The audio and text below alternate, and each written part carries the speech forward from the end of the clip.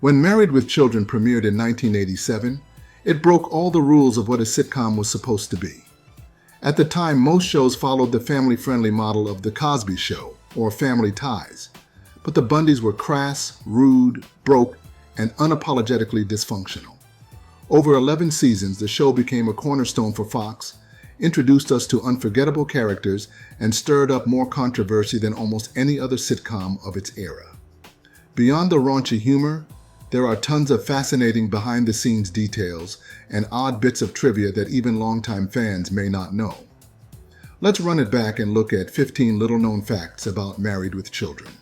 Love and marriage, it's an institute you can't disparage. The original title.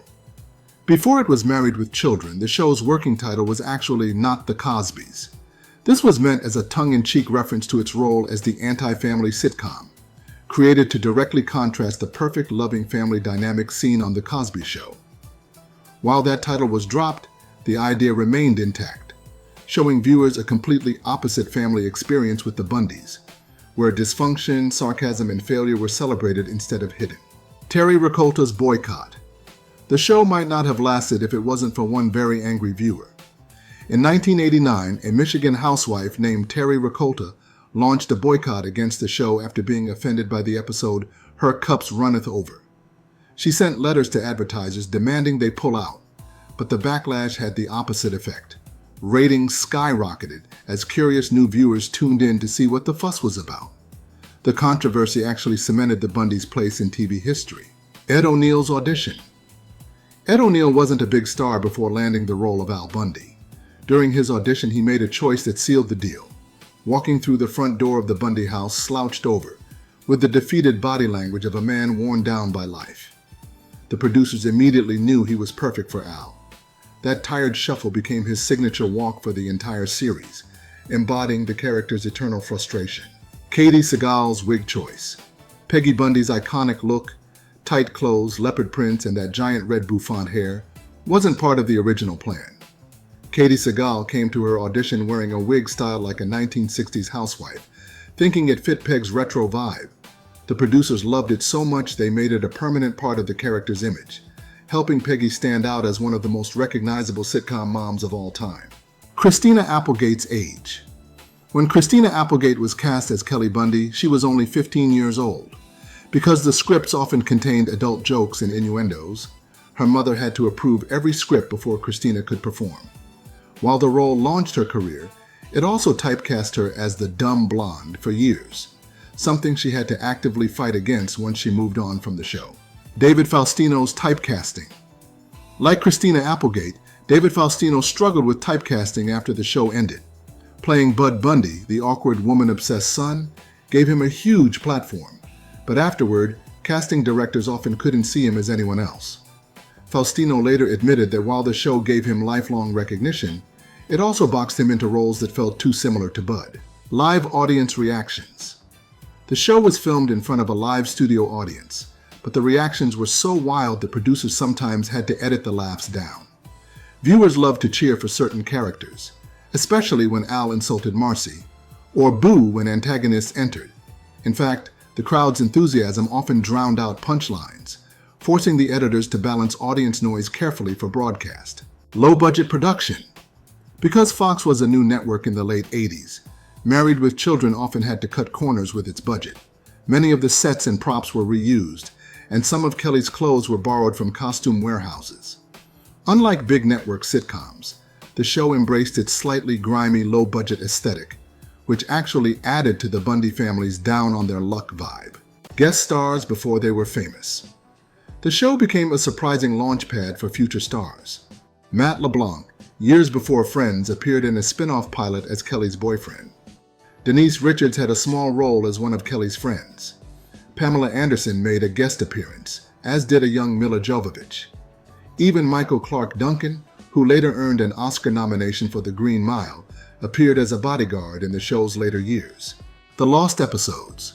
Several episodes of the show were considered too much for primetime and were pulled before airing. One of the most infamous, I'll See You in Court, featured the Bundys and the Rhodes getting filmed when at a motel. Fox shelved it for years, but it finally aired in syndication on FX in the early 2000s. Fans had nicknamed it the Lost Episode for years. Spin-off attempts. Fox wanted to capitalize on the show's popularity with spin-offs. The most notable was Top of the Heap, starring Kelly Bundy's boyfriend, played by Matt LeBlanc. While it failed, it indirectly led to LeBlanc's breakout on Friends. There was also talk of a Bud Bundy spin-off, but it never materialized. None of these attempts came close to the original success. Love and Marriage theme. The show's theme song, Love and Marriage, was performed by none other than Frank Sinatra. For many younger viewers, this was their first exposure to Sinatra's music. However, due to licensing disputes, the song was later removed from some syndication reruns and DVD releases, replaced with generic instrumental music. Fans still consider the original song an essential part of the show's identity. Al Bundy's Hollywood star. Ed O'Neill earned his star on the Hollywood Walk of Fame in 2011, and the placement couldn't have been more perfect. It's located directly in front of a shoe store, a deliberate nod to Al Bundy's long-suffering career as a shoe salesman. The tribute delighted fans who loved the character's bitter relationship with his job. International popularity. In Germany, Al Bundy became such a beloved character that he was seen almost as a folk hero. Fan clubs popped up across the country, and Bundy's sarcastic one-liners became cultural touchstones. Some German fans even created statues and shrines to Al, treating him as a working-class icon rather than just a sitcom dad. Awards and recognition. For all its reputation as a crude and lowbrow show, Married with Children actually received significant critical recognition. It earned 7 Golden Globe nominations during its run, including nods for Best Comedy Series and acting nominations for Ed O'Neill and Katey Sagal. While it never won, the recognition proved that even the most outrageous sitcoms could earn critical respect. Bonus fact: the canceled animated revival. In 2022, news broke that Sony Pictures was developing an animated Married with Children revival with the original cast. Ed O'Neill, Katey Sagal, Christina Applegate, and David Faustino, all set to return as voice actors. The idea was to bring the Bundys back in cartoon form for a new generation while keeping their classic personalities intact. Unfortunately, reports in 2024 suggested the project had quietly been canceled before it got off the ground.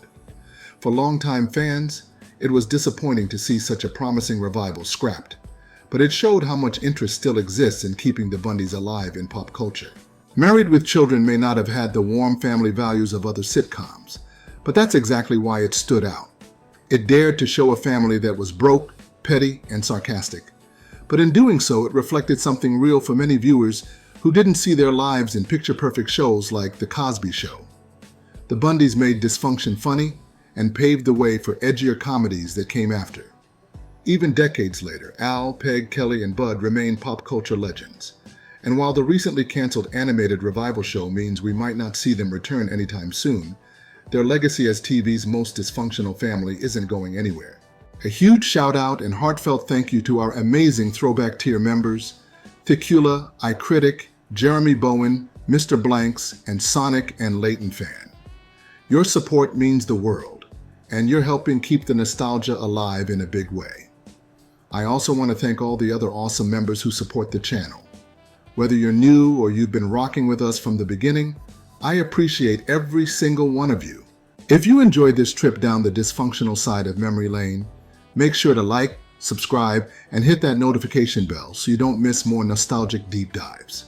Also, if you would like to help the channel grow, hit the new hype button. And as always, keep the nostalgia alive.